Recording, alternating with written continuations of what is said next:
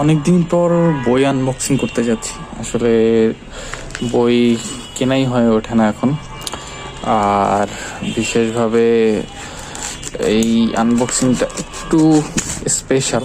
তো স্পেশালের আবার একটা কারণ আছে, তো সেই কারণটা বলবো। তবে এই বই দুটো এসেছে বেঙ্গল বুকস থেকে, আর তারা মূলত ওয়েস্টার্ন নিয়ে কাজ করে থাকে। এছাড়া ওয়েস্টার্নের বাইরেও তাদের অনেক বই আছে। সেখান থেকে আমি একটা বই অর্ডার করেছি এবং একটা বই আমি গিফট পেয়েছি। তো গিফট কিভাবে পেয়েছি সেটাও আমি বলবো। বেসিক্যালি এই দুটো বই এসেছে। এটা আমি ক্রয় করেছি, যেহেতু মন্টো আমার অনেক পছন্দের একজন লেখক, তার বই সবসময় আমি কালেক্ট করার চেষ্টা করি। তো এটা হচ্ছে মন্টোর বই, নতুন এসেছে। আর মন্টোর গল্পগুলো সে ভাষান্তর করেছেন কমলেশ সেন।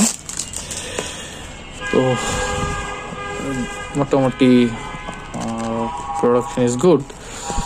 সো তবে আমি যেই বইটার জন্য এক্সাইটেড ছিলাম সেটা ছিল এই বইটা, ওয়েস্টার্নের স্বপ্ন উপত্যকা, মাসুদ আনার লেখা। তবে এই বইটার আমি যেই বিশেষ কথাটা বলেছিলাম, সেই বিশেষত্ব হচ্ছে এই বইটাতে আমার একটা রিভিউ ছাপা হয়েছে। ঠিক আছে, এই যে এটা নাম।